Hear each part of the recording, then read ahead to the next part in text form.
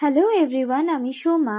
আমি ছোট্ট একটা হোম বেকারি বিজনেস রান করি আর সেই সংক্রান্ত ভিডিওস তোমাদের সাথে শেয়ার করে থাকি। কিছুদিন আগেই আমার কাছে এই পুল থিমে কেকটার অর্ডার আসে এবং ক্লায়েন্ট যে ফটোটা আমায় শেয়ার করেছিল তাতে কেকটা ছিল সম্পূর্ণ ফুল ফন্ডেন্টে, কিন্তু ক্লায়েন্টের রিকোয়েস্ট ছিল আমি যেন কেকটা ক্রিম বেসে করি। ক্রিম দিয়ে ফন্ডেন্ট কেকের মতন ফিনিশিং আনা কিন্তু একটু কষ্টকর। এই কেকটার ক্ষেত্রে এই যে উডেন এফেক্টটা আছে সেটা ছিল আমার কাছে সব থেকে বড় চ্যালেঞ্জিং বিষয়।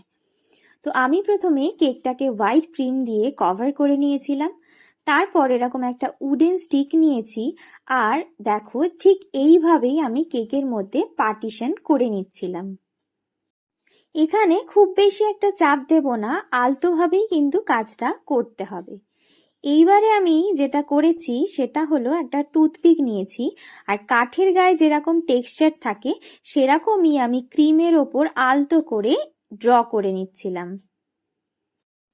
ভিডিওটা এডিট করার সময় আমি লক্ষ্য করলাম যে এখানে ক্যামেরার ফোকাসটা একদম নেয়নি, যার জন্য ভিডিওটা এখানে ঝাপসা দেখাচ্ছে।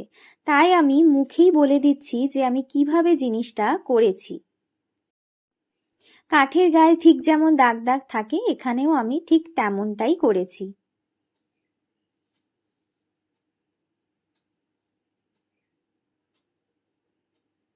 পুরোটা করার পর দেখতে দেখো ঠিক এরকম লাগছে। এইবারে কালার করে নেওয়ার পালা। কালার করে নেওয়ার জন্য আমি এখানে ইউজ করেছি এয়ার স্প্রে গান। আমি এখানে ব্রাউন কালার ইউজ করেছি আর আমি যেহেতু জেল কালার ইউজ করি তাই ব্রাউন কালারটার সাথে সামান্য একটু জল মিশিয়ে কালারটা ডাইলিউট করে নিয়েছিলাম। তারপর আমি এয়ার স্প্রের মাধ্যমে আমি এখানে স্প্রে করেছি কালারটাকে। আর উপরে যাতে কালারটা না লাগে তার জন্য একটা বাটার পেপারকে রাউন্ড করে কেটে নিয়ে কিন্তু আলতোভাবে আমি ওপরটাতে বসিয়েও দিয়েছি। দেখো প্রথমে আমি এক কোট রং দিয়েছিলাম, এইবার আমি সেকেন্ড কোটিংটা করছি আর তার সাথে শেডিংটাও করে নিচ্ছি।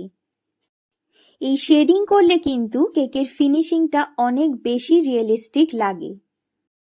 আর এয়ার স্প্রে ব্যবহার করে এই কাজগুলো খুব সহজেই করে ফেলা যায়।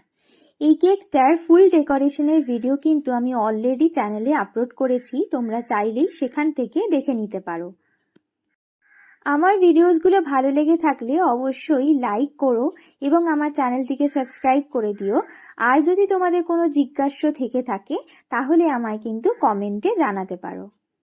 কথা বলতে বলতে কাজটা কিন্তু আমার কমপ্লিট হয়ে গেছে। এবার তোমরাই দেখো লুকটা কতটা ভালো এসেছে।